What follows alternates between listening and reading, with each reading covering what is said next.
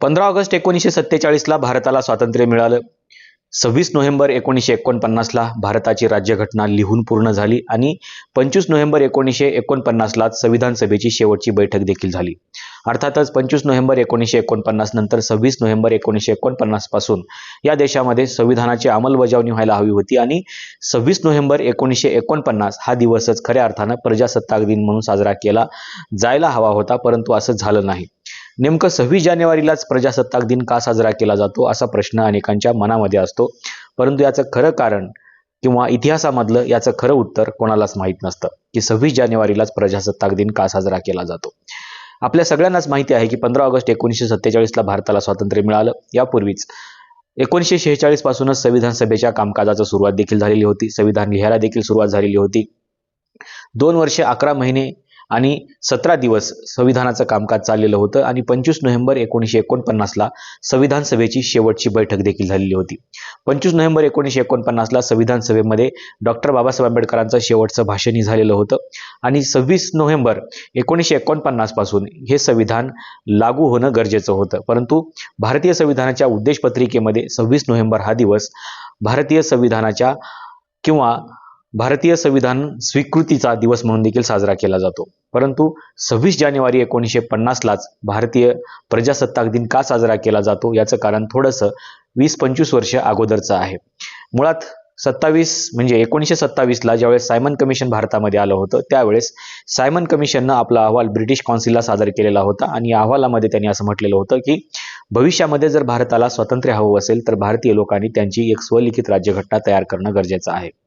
आणि या अहवालाच्या नंतर 1928ला मोतीलाल नेहरू यांच्या अध्यक्षतेखाली स्थापन झालेल्या समितीने एक अहवाल किंवा एक कॉन्स्टिट्यूशनचा ड्राफ्ट त्यांनी ब्रिटिश काउन्सिलला सादर केलेला होता.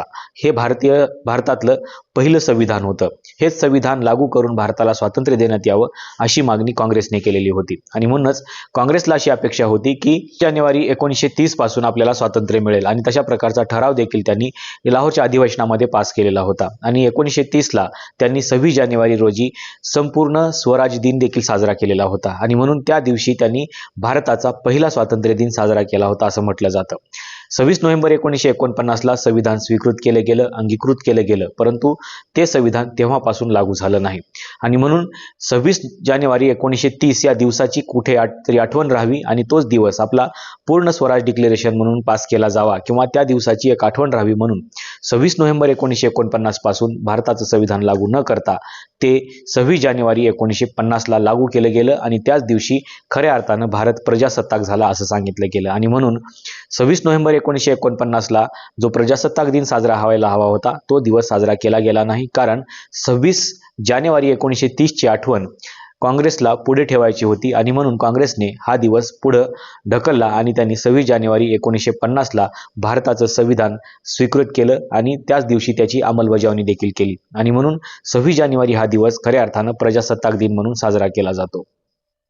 आजपर्यंत अनेकांना हे माहीतच नाही की 26 जानेवारी हाच दिवस का निवडलेला होता. त्याचं कारण एवढंच आहे की 26 जानेवारी 1930ला पूर्ण स्वराज दिवस साजरा केलेला होता काँग्रेसच्या वतीने आणि तोच आपला खरा स्वातंत्र्य दिन आहे असं म्हणून काँग्रेस दरवर्षी हा दिवस साजरा देखील करत होती आणि तीच प्रथा पुढे चालू ठेवण्यासाठी काँग्रेसने स्वातंत्र्य दिन नाही तर प्रजासत्ताक दिन म्हणून पुढे साजरा करण्याचं ठरवलं आणि भारताचं संविधान त्या दिवसापासूनच लागू करण्याचं ठरवलं आणि म्हणूनच 26 जानेवारी 1950 हा भारतीय संविधानाचा गौरव दिन म्हणून देखील साजरा केला जातो. शिवाय भारतीय संविधानाच्या अंमलबजावणीचा दिवस म्हणून देखील साजरा केला जातो आणि म्हणूनच तेव्हापासून आपण आजपर्यंत 26 जानेवारी हा दिवस भारताचा प्रजासत्ताक दिन म्हणून साजरा करतो.